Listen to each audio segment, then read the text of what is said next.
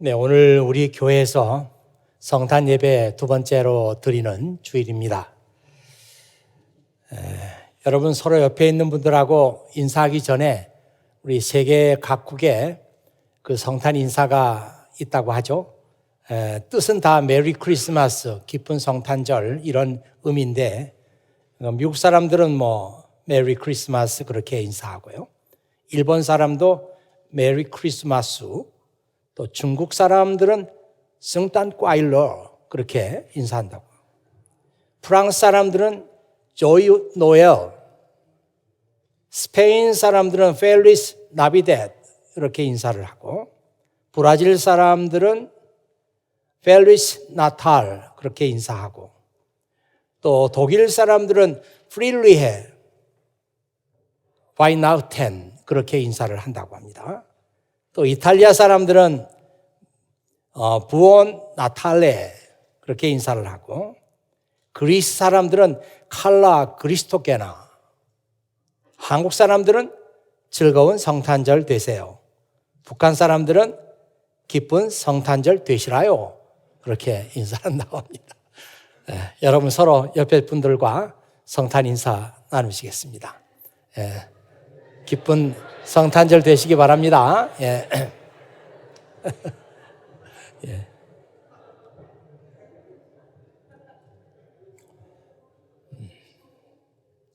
정말 성탄 인사처럼 크리스마스가 기쁘고 감사하고 또 감동적인 그런 절기가 되시기를 바랍니다.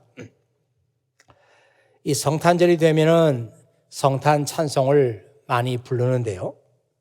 저는 개인적으로 성탄 찬송가 중에 최고는 고요한 밤 거룩한 밤 이 찬송이 아닌가 그렇게 생각합니다. 제 개인적인 취향이에요. 이 찬송가는 조세프 프란츠 모어라고 하는 신부가 시를 썼고, 또 프란츠 자버 그루버라고 하는 사람이 곡을 거기다 붙였습니다. 이 두 사람은 같은 교회를 섬기고 있었죠. 모어는 그 교회 주임 신부로 있었고, 또 그루버는 학교 음악 교사이면서 그 교회의 지휘자 그리고 오르간 반주자로 있었습니다. 그때는 1818년 크리스마스 전날이었습니다. 주임 신부 모어는 다급한 마음으로 3km쯤 떨어진 그 그루버의 집으로 달려가고 있었습니다. 그의 손에는 시 한 편이 쥐어져 있었습니다. 그 시를 2년 전에 써놨었다고 합니다.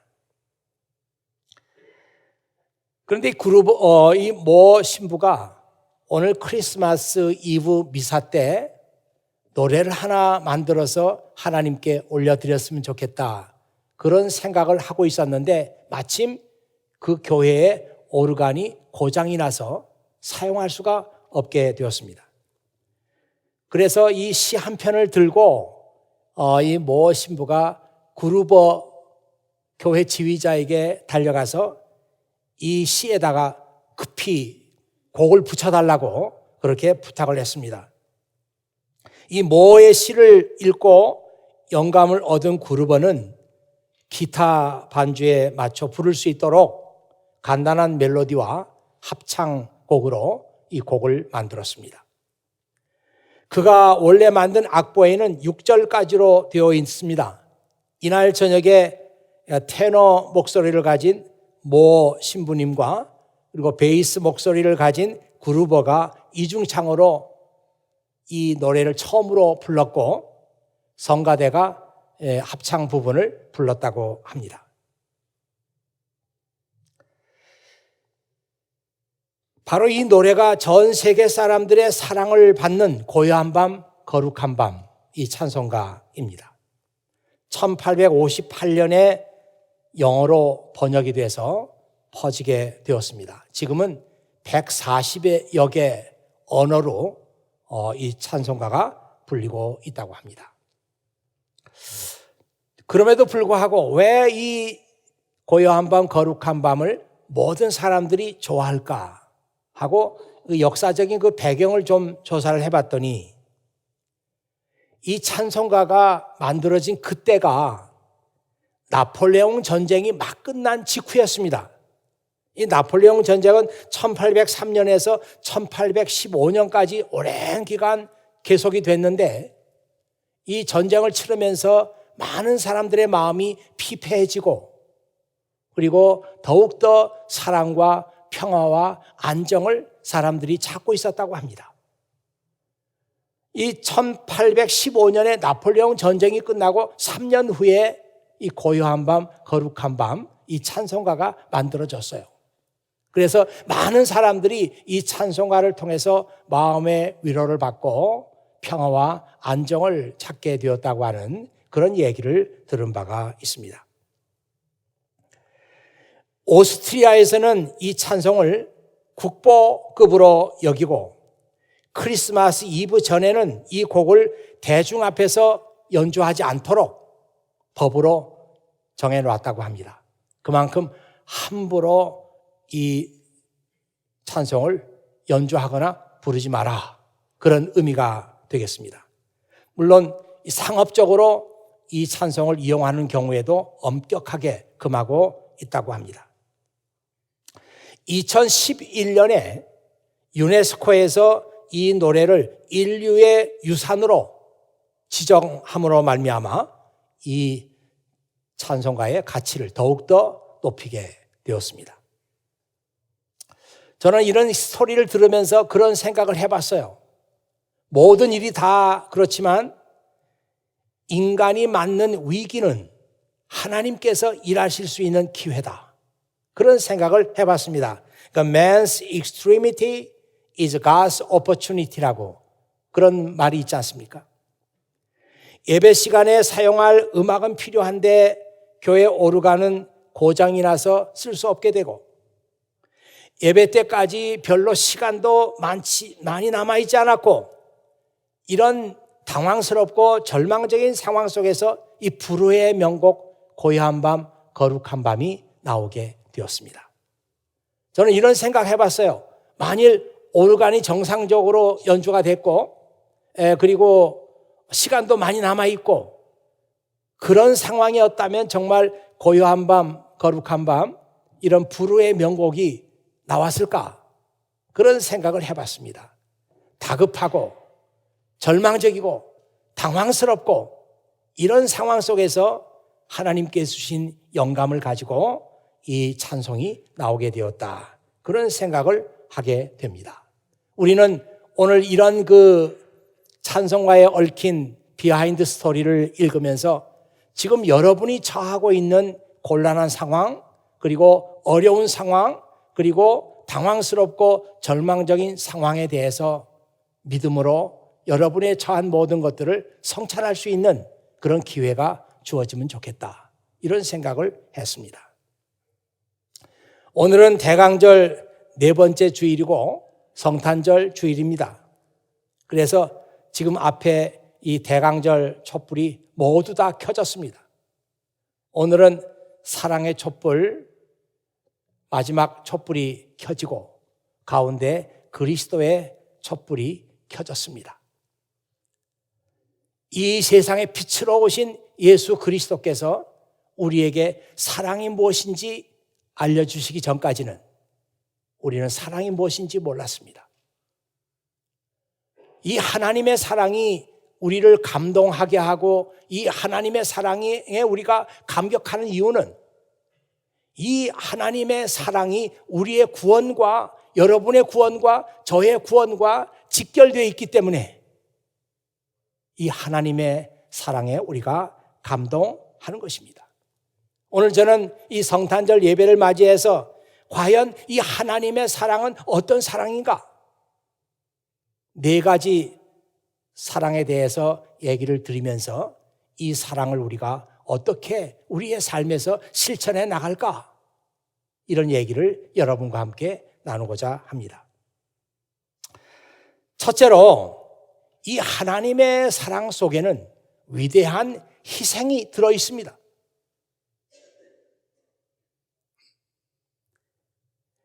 오늘 읽은 요한복음 3장 16절 말씀을 어떤 사람들은 말하기를 이 요한복음 3장 16절은 성경 66권을 모두 요약한 말씀이다. 그렇게 말하기도 하고, 어떤 사람들은 이 요한복음 3장 16절은 복음 중에 복음이다. 이렇게 말하는 사람도 있습니다. 저는 어렸을 때부터 주일학교에 다니면서 요한복음 3장 16절 많이 읽고 암송하고 그랬어요. 그런데 하나님이 세상을 이처럼 사랑하사 독생자를 주셨으니 For God so loved the world that He gave His one and only Son. 이 독생자를 주셨으니 이 독생자가 뭔지를 몰랐어요. 아무도 이 독생자가 뭔지 설명해 주지 않았어요. 어디서도 독생자가 뭐다 이런 설명을 들은 기억이 없어요. 나중에 알고 보니까 이 독생자라는 말이 외아들이란 말이고 독자라는 말이에요. 아니 왜 성경에는 그냥 외아들이라고 그러지 또 독자라고 그러면 좀 더 알기 쉬울 텐데 이 독생자는 무엇인가? 그걸 알 수가 없었어요. 아니 성경에 보면은 아브라함이 100세가 돼서 아들 이삭을 낳았다 그랬는데 그 이삭은 성경에 보면 독자라고 나와 있습니다. 근데 왜 예수님께는 독자라는 말을 안 쓰고 외아들이라는 말도 안 쓰고 독생자라고 했을까? 그 영어 성경 표현에 보면은 only begotten son, only begotten son 그런 표현이 있어요. 이 begotten이라고 하는 말이 낳는다는 뜻이거든요. 사람이 낳는다는 뜻이거든요. 말 그대로 번역을 해보면 하나님이 낳은 하나밖에 없는 아들. 하나님이 낳았다니까 좀 표현이 이상합니다만은 독생자, 독은 이제 하나란 뜻이고요. 생은 낳는다는 뜻이고 자는 아들이란 뜻이에요. 오직 하나님께는 하나밖에 아들이 없다. 그런 의미를 더 강조하기 위해서 독생자, only begotten son이라고 하는 그런 표현을 썼구나. 나중에 이제 그걸 알게 됐습니다. 하나님은 하나밖에 없는 귀한 아들을 우리를 위해서 세상에 보내셨고 이 아들은 우리를 위해서 십자가에 달려 돌아가셨습니다. 하나님께서 그의 하나밖에 없는 이 아들을 우리를 위해서 희생한 이유는 오늘 성경 말씀 보니까 세상을 이처럼 사랑하사 이 세상을 사랑하셨기 때문에 다른 이유가 없어요. 내가 이 세상을 이처럼 사랑하니까 이 세상을 구원하기 위해서 내 독생자 아들을 이 세상에 보낸다. 그리고 이 아들이 십자가에서 죽음으로 말미암아 이 세상을 구원하게 될 것이다. 하나님의 사랑 속에는 우리가 설명할 수 없고 이해할 수 없는 희생, 자기 독생자를 우리를 위해서 내주신 그런 희생이 하나님의 사랑 속에 들어 있습니다. 만일 우리가 이런 하나님의 사랑을 본받고 이런 하나님의 사랑을 실천하고자 한다면 우리도 우리가 가지고 있는 가장 귀한 것을 다른 사람들을 위해서 내주고 나누어 쓰고 희생하고 해야 할 것입니다. 하나님의 사랑을 여러분 실천하고 배우고 행동으로 옮기고자 한다면 우리도 우리가 가진 것 가운데 가장 귀한 것 이거를 다른 사람과 함께 나누고 다른 사람과 함께 쓰고 그리고 내려놓고 포기하는 그런 삶이 있어야 이 하나님의 사랑을 우리가 비로소 실천하는 것이다. 그런 생각이 듭니다. 자, 두 번째로 하나님의 사랑은 죄인들을 사랑하는 사랑이었어요. 지난주 예배 시간에 불렀던 찬송가 304장 그 가사 여러분 기억하신지 모르겠어요. 그 크신 하나님의 사랑 말로 다 형용 못하네. 저 높고 높은 별을 넘어 이 낮고 낮은 땅 위에. 이 찬송가 가사는 프레데릭 레만이라고 하는 분이 쓴 시예요. 그런 시적인 그런 감정과 시적인 용어를 가지고 하나님의 사랑을 이렇게 묘사했습니다. The love of God is greater far than tongue or pen can ever tell. 하나님의 사랑이 얼마나 위대한가? 우리 tongue로, 우리 혀로, 우리 말로 할 수 없고, 그리고 우리의 펜, 글로도 쓸 수 없습니다. It goes beyond the highest star. 하나님의 사랑은 높은 별보다 더 높은 데 있어요. 그리고 and reaches to the lowest hell. lowest니까 가장 낮은 hell, 지옥. 거기까지도 하나님의 사랑은 도달하는 거예요. 야, 그 하나님의 사랑이 저 별보다 높은 곳에서부터 저 낮은 곳, 지옥에까지도 하나님의 사랑이 미치는 거예요. 아주 시적인 그런 표현이죠. 이런 하나님의 사랑을 우리가 느끼고 배운다면은, 야, 내가 어떤 환경에 있어도, 어떤 그 어렵고 힘든 상황 속에 있어도 우리는 하나님의 사랑의 그 범위 속에, 하나님의 사랑의 범위 속에 우리가 들어있는 거예요. 어떤 경우에도.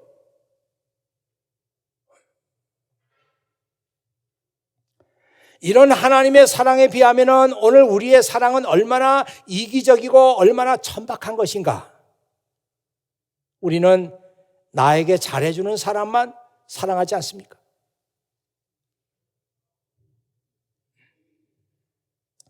우리는 우리와 수준이 같은 사람만 사랑하지 않아요?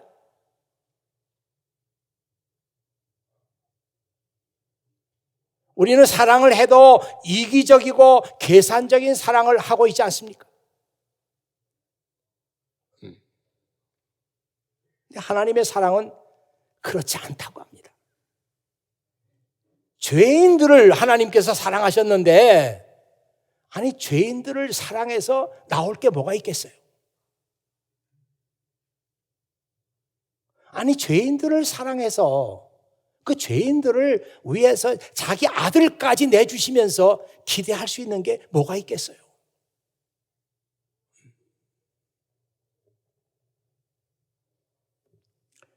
우리가 이런 하나님의 사랑을 어떻게 실천할 수 있을까? 바울은 그의 편지에서 이렇게 썼습니다.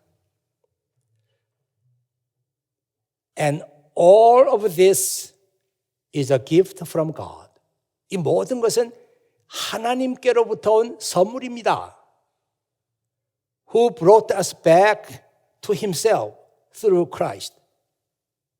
하나님은 그리스도를 통해서 우리를 하나님께로 이끄셨습니다. And God has given us this task of reconciling people to God, people to Him, to God. 하나님께서는 사람들을 하나님과 화해시키는 그런 태스크를 우리에게 주셨습니다. 고린도후서 5장 18절에 있는 말씀. 그 밑에 5장 20절에 보면은 사도 바울이 그 task of reconciling people to him 이거를 Christ ambassador라는 말로 표현했습니다. 우리는 Christ ambassador들입니다. 우리는 그리스도의 대사들입니다. 그렇게 했단 말이에요. 하나님께서 우리를 사랑하신 그 사랑은 죄인들을 사랑하신 사랑. 죄인들을 위해서 가장 귀한 것을 내주시고 그래서 우리를 하나님께로 이끌어 주셨단 말이에요. 오늘 우리가 이런 그 하나님의 사랑을 배우고 이 하나님의 사랑을 우리가 실천하려고 한다면은 우리에게 주어진 그 뭐라 그랬어요? Task of reconciling people to Him. 하나님과 화해시키는 그 임무. 저와 여러분에게 임무가 주어져 있는데 아직 하나님을 모르는 사람들, 하나님의 사랑을 깨닫지 못하는 사람들에게 하나님의 사랑을 말해주고 깨닫게 해주고 그래서 그 사람도 하나님과 화해할 수 있는 하나님의 자녀로 만들어주는 것이 우리가 해야 할 임무이다.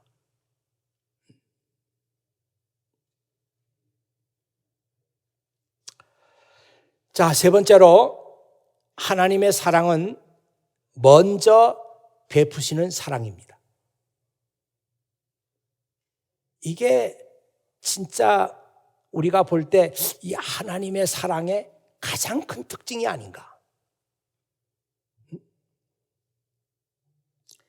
우리가 하나님을 사랑하기 전에 먼저 하나님께서 우리를 사랑하셨다는 말이에요. 여러분 한번 화면에서 이 말씀을 좀 보십시오. 좀 긴 말씀입니다만은 제가 읽어보겠습니다. 하나님께서는 당신의 외아들을 이 악한 세상에 보내주셨습니다. 그리고 그 아들의 죽음을 통해서 우리에게 영원한 생명을 가져다 줌으로써 하나님께서 우리를 사랑하고 있는지를 보여주셨습니다. 이로써 우리는 참 사랑이 무엇인지 알게 되었습니다. 참 사랑은 하나님을 향한 우리의 사랑이 아니라 우리를 향한 하나님의 사랑입니다. 이 사랑은 우리의 죄를 벌하는 대신 하나님의 사랑하는 외아들을 우리를 위해 희생제물로 내주신 데서 드러났습니다. 이것이야말로 사랑의 극치라고 할 수 있습니다. 사랑하는 형제 여러분, 하나님께서 이렇게 우리를 사랑하셨으니 우리가 어떻게 서로 사랑하기를 마다하겠습니까? 참 번역이 멋지죠? 형제 여러분, 하나님께서 이렇게 우리를 사랑하셨으니 우리가 어떻게 서로 사랑하기를 마다하겠습니까? 우리 한 구절 더 말씀을 보겠어요. 그 밑에 말씀을 보면은 이런 말씀이 있습니다. 하나님께서 우리를 먼저 사랑하셨기 때문에 우리도 그 사랑을 배우게 된 것입니다. We love each other because He first loved us. 하나님께서 우리를 먼저 사랑하셨기 때문에 우리가 그 사랑을 보고 사랑이 뭔지를 배우게 됐고 그래서 우리가 다른 사람을 우리가 사랑해야 되겠구나 이것을 알게 됐다는 뜻이에요.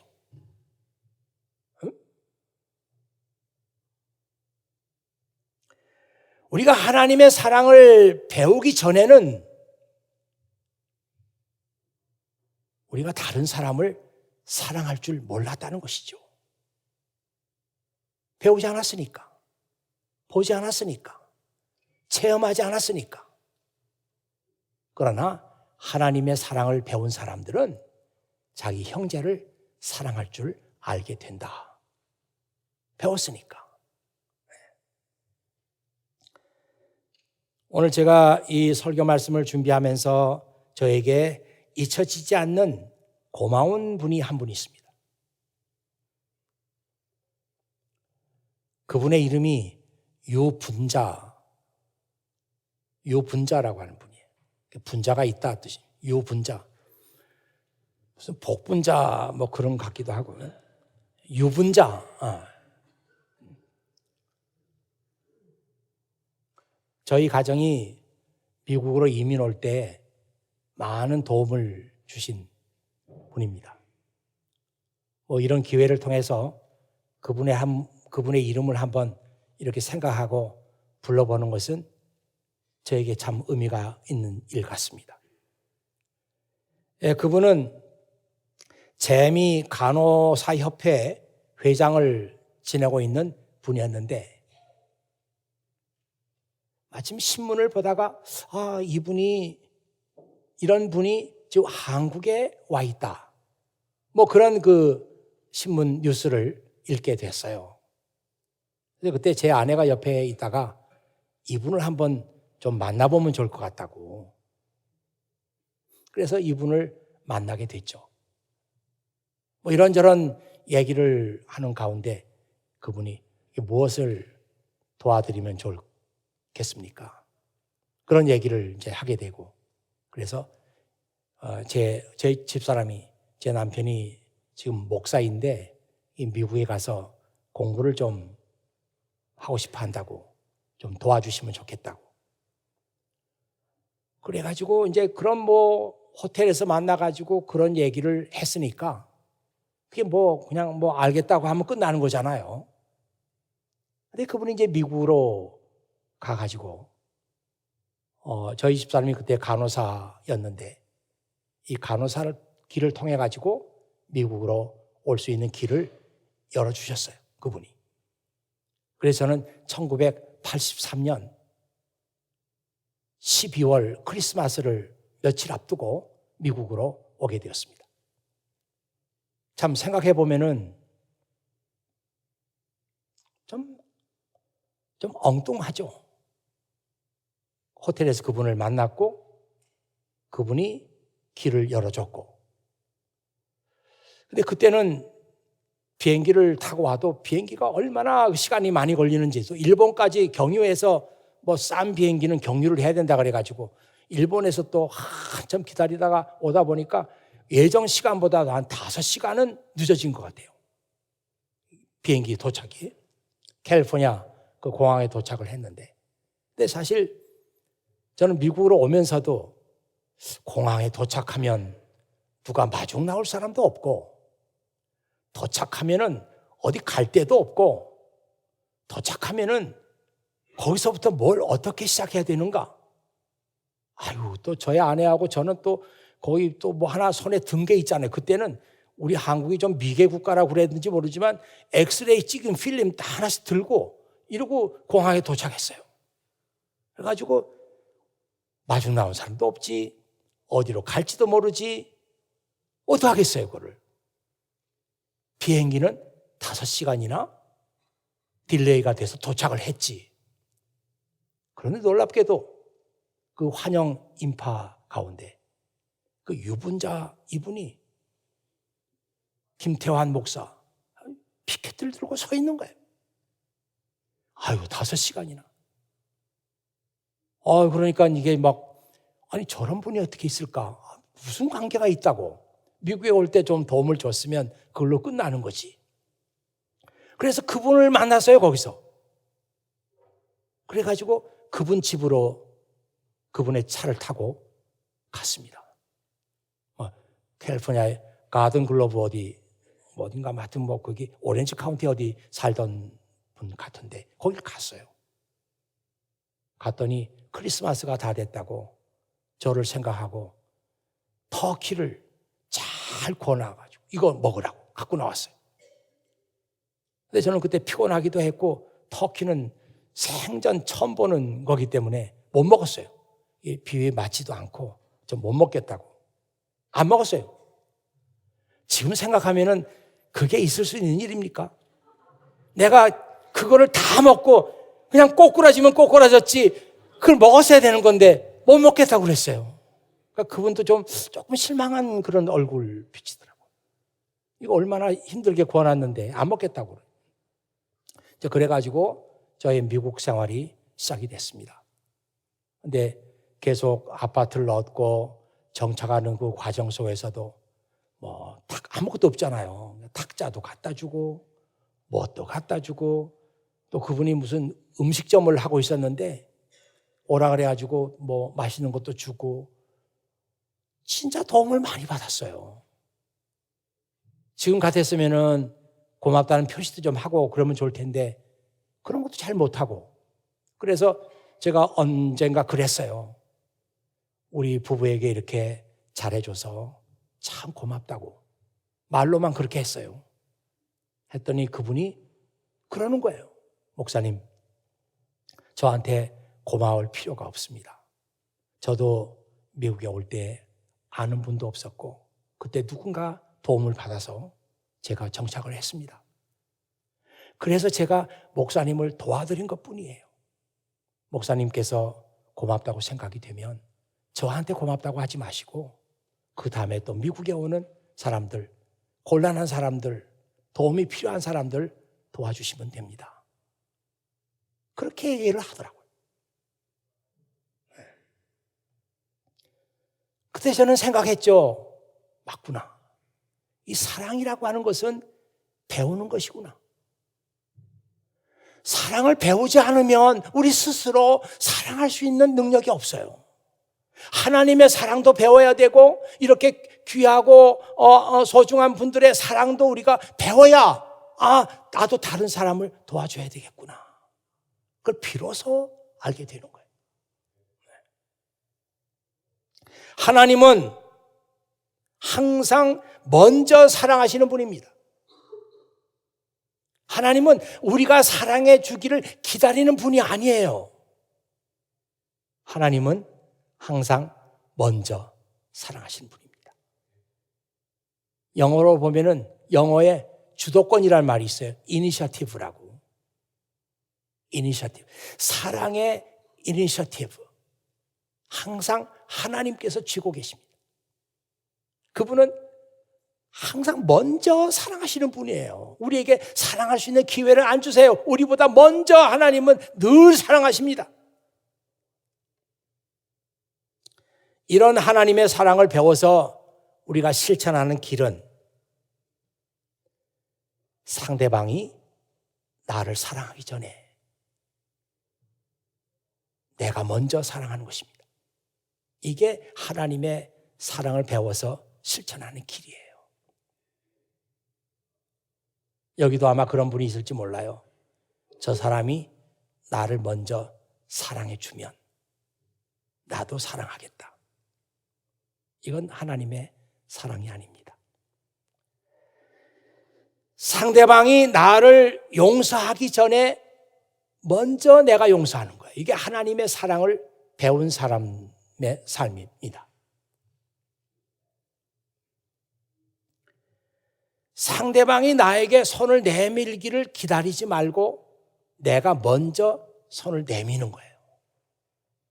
이게 하나님의 사랑을 배운 사람의 삶입니다. 마지막으로 하나님의 사랑은 늘 우리에게 힘과 용기를 줍니다. 하나님의 사랑은 생각하면 생각할수록 생각만 해도 그 하나님의 사랑이 우리에게 힘을 주고 용기를 줘요. 그 영어 단어 가운데 empower라고 하는 그 단어가 있거든요. 동사로, 명사로 하면 empowerment 혹은 empowering 이렇게 말할 수 있어요. 힘을 준다는 뜻이에요. 하나님의 사랑이 우리에게 힘을 줘요. 용기를 줘요. 이건 내가 할 수 없다. 실망하고 손 다 놓고 있는데 하나님의 사랑을 생각하면 그 하나님의 생각이 나에게 힘을 줘요. 너 할 수 있다. 그래서 그 자리에서 나를 일으켜 준단 말이에요. empowering. 하나님의 사랑이 우리에게 힘을 주고 용기를 줍니다. 그래서 하나님의 사랑을 아는 사람은 쉽게 좌절하지 않아요. 하나님의 사랑을 아는 사람은 쉽게 포기하지 않습니다. 여러분 한번 화면을 지금 보세요. 이 말씀이 요한일서 3장 1절에 있는 말씀인데 하나님의 사랑이 우리를 empower한다고 하는 그런 뜻의 구절이거든요. How great is the love the God has lavished on us that we should be called children of God. 우리가 하나님의 자녀로 불리우는 그 하나님의 사랑은 얼마나 위대한가? 얼마나 위대한가? And that is what we are. 지금 현재 우리가 지금 하나님의 자녀로 살고 있는데 그 하나님의 자녀로 우리를 불러주신 그 하나님의 사랑은 얼마나 위대한가? But the people who belong to this world don't recognize that we are God's children. 그렇지만 이 세상 사람들은 우리가 하나님의 자녀인 것을 몰라요. 사람들은 because they don't know Him. 그들은 하나님을 모르니까 우리가 하나님의 자녀인 것을 그들은 알아보지 못해. 그러나 우리는 우리를 하나님의 자녀로 삼아주신 그분의 사랑이 얼마나 위대한가 하는 것을 알고 있어요. 우리는.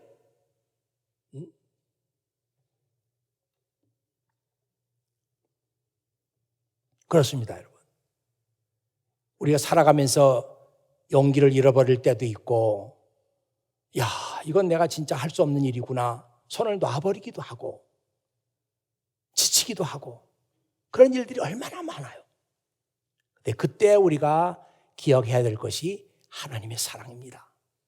야, 하나님의 사랑 때문에, 그분의 하나님의 사랑이 우리에게 부어졌기 때문에 우리가 하나님의 자녀가 됐어요. 그 하나님의 사랑을 기억만 해도, 생각만 해도 그 하나님의 사랑이 우리에게 힘을 불어넣어주고 용기를 불어넣어주고. 무슨 소리야? 내가 너를 하나님의 자녀로 만들었어. 일어나. 넌 할 수 있어. 내 사랑이 너를 지금 만들었어. 하나님께서 우리에게 empowering 하심.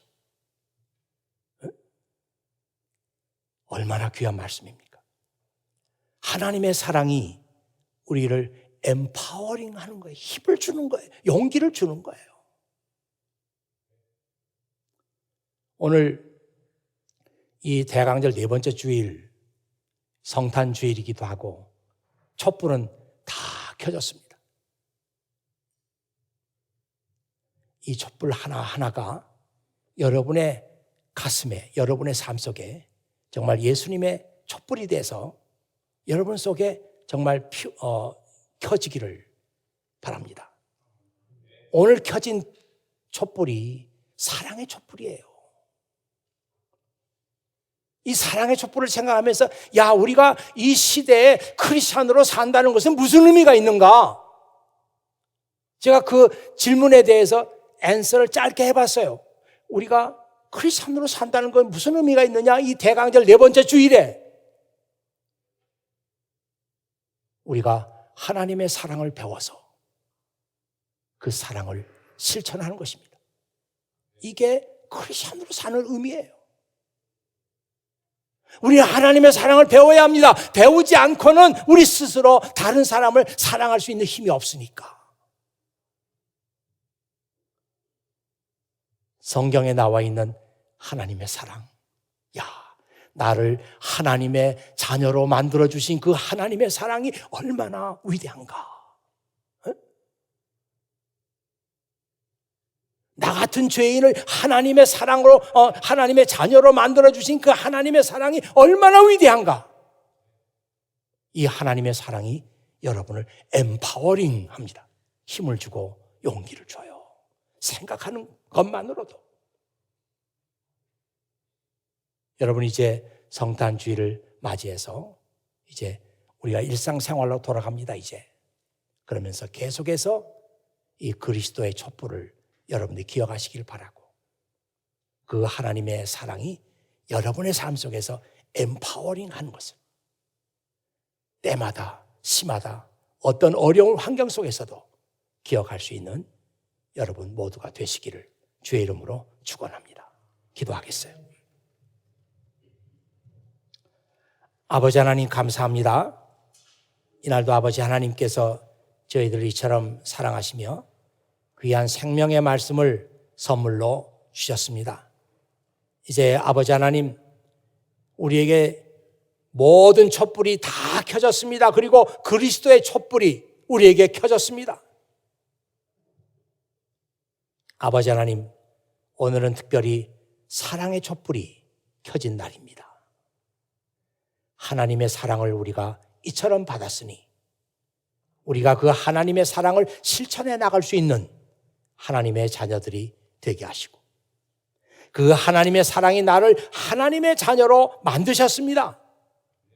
늘 그 하나님의 사랑을 생각하면서 힘과 용기를 잃지 않고 살아가는 하나님의 자녀들이 다 되게 하여 주시옵소서.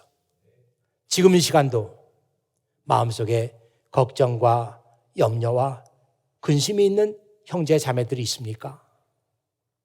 1년은 다 맞춰가는데 정말 실망 속에 있는 형제나 자매가 있습니까? 하나님의 사랑이 그 형제 자매에게 힘을 주고 용기를 주기를 원합니다. 내가 너를 위해 죽었다. 내가 너를 내 자녀로 만들었어. 내 사랑이 이렇게 위대한 거야. 우리 가슴 속에 주님의 음성이 들리도록 아버지 하나님께서 이 시간 역사하여 주시옵소서. 우리 구주 예수 그리스도의 이름으로 기도하옵나이다.